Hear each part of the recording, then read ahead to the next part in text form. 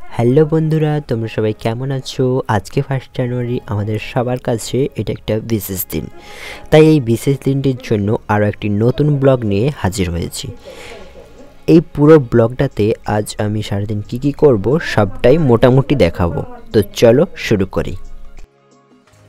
সকাল থেকে উঠে দেখি মেঘ ঢেকে আছে, তাই তাড়াহুড়ো করে পাখা সেট করে কালকের মারানো পলখড়গুলোকে ওড়ানোর জন্য নেট পেতে জায়গা করে নিলাম। আর এবার কাজের পোশাকগুলো পরে রেডি হয়ে গেছি। এবার আমি কাজে চললাম। তোমরা দেখতেই পাচ্ছ আমি, বাবা আর দাদা মিলে পলখড় ওড়ানোর কাজটা করছি। কিছুক্ষণ ওড়ানোর পর মা ভুসির শরবত দিল, সেটা খাচ্ছি।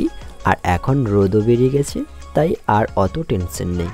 তারপর শরবত খেয়ে আবার কাজে লেগে গেছি। আর এখন কাজটা শেষের মাথায়, ওড়ানো শেষ হয়ে গেলে খড়ের গাদা বসানো হবে। কিন্তু একটু আগে যে শরবত খেয়েছিলাম সেটা তো আর পেটেই নেই, খুব খিদে লেগে গেছে। তাই হাত ধুয়ে পান্তা খেতে বসে গেলাম। তো আমি পান্তা খাই, তোমরা ততক্ষণ লাইক আর সাবস্ক্রাইব করে রাখো। তারপর খেয়ে দিয়ে বাপি খড়ের গাদা বসাচ্ছিল, আমার আর দাদার কাজ ছিল খড়ের যোগান দেওয়া। তারপর 1টার দিকে কাজ ছেড়ে দিয়ে চান করার জন্য চলে এলাম। চান করে এসে ভাবলাম সমস্ত ফ্রেন্ডদেরকে একবার হ্যাপি নিউ ইয়ার বলে উইশ করে দিই। তো চলো করে ফেলি। তারপর ঘরে এসে ফোনটা হাতে নিয়ে হোয়াটসঅ্যাপটা খুলে ফ্রেন্ডকে হ্যাপি নিউ ইয়ার বলতে লাগলাম। তারপর মা ভাত খেতে ডাকলো, তাই বাইরে খেতে চলে এলাম। এসে দেখি বাপি, ভাগ্নে আর দাদা খেতে বসে গেছে, আর আমার খাওয়ারও দেওয়া হয়ে আছে। তারপর আমিও খেতে বসে গেলাম। খাওয়ার পরে একটু বসেছিলাম, তারপর আবার গাদা দেওয়ার কাজে লেগে গেলাম। সন্ধ্যা হয়ে যেতে কাজ ছেড়ে দিয়ে চলে এলাম। তারপর হাত পা ধুয়ে ড্রেস পরে বেরিয়ে পড়লাম মার্কেটে যাওয়ার জন্য।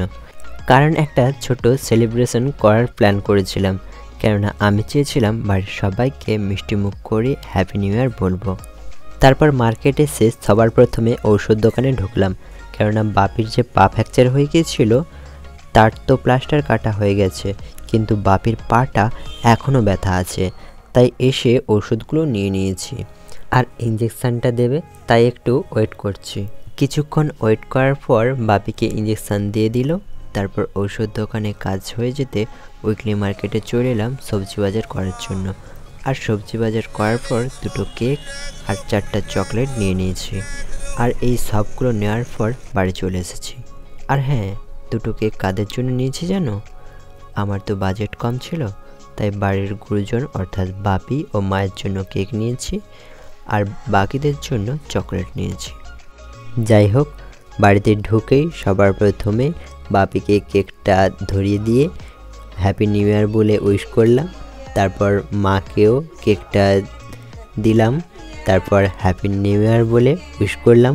মা তো ভাগ্নিকে কোলে নিয়েছিল। তারপর একে একে প্রথমে দাদাকে চকলেট ধরিয়ে দিয়ে হ্যাপি নিউ ইয়ার বলে উইশ করলাম। তারপর সেমভাবে দিদিকেও ছোটো চকলেটটা দিয়ে উইশ করলাম। তারপর ভাগনাকেও চকলেটটি দিয়ে উইশ করলাম। সবসে আমিও একটা চকলেট নিয়ে নিলাম। তো বন্ধুরা, এটাই ছিল আজকের একটা ছোট্ট ব্লগ।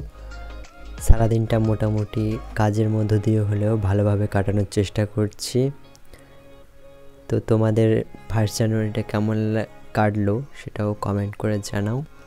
আর আজকের ভিডিওটি এ পর্যন্তই। ভালো থেকো, সুস্থ থেকো, দেখা হবে নেক্সট ব্লগে।